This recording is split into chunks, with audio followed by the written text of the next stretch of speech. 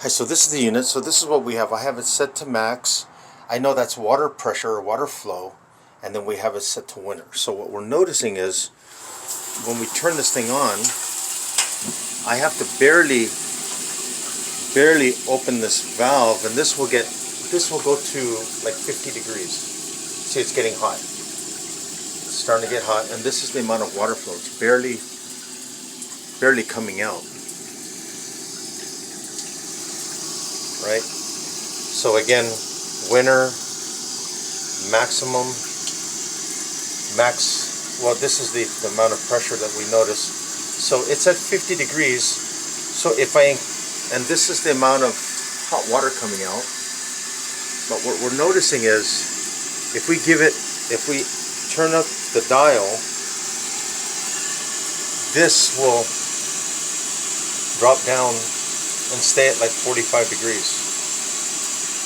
Okay, there it is, 44, and that's where it stays. 43, that's it.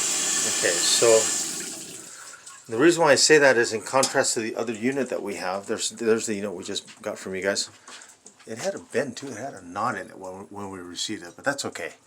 But we noticed in the other unit that we had for 2 years, when we turned it on, it went straight hot and stayed there. We didn't have to, we didn't blast the water, but it just stayed hot, and it didn't fluctuate with us having to turn down the valve a lot like we're noticing we have to do here. We just have to keep it maximum, and then we have to barely open this valve for it to get to 50, and then open it just a little bit, and it goes down to 44 degrees, and that's it. And the amount of water that's coming out is not as much.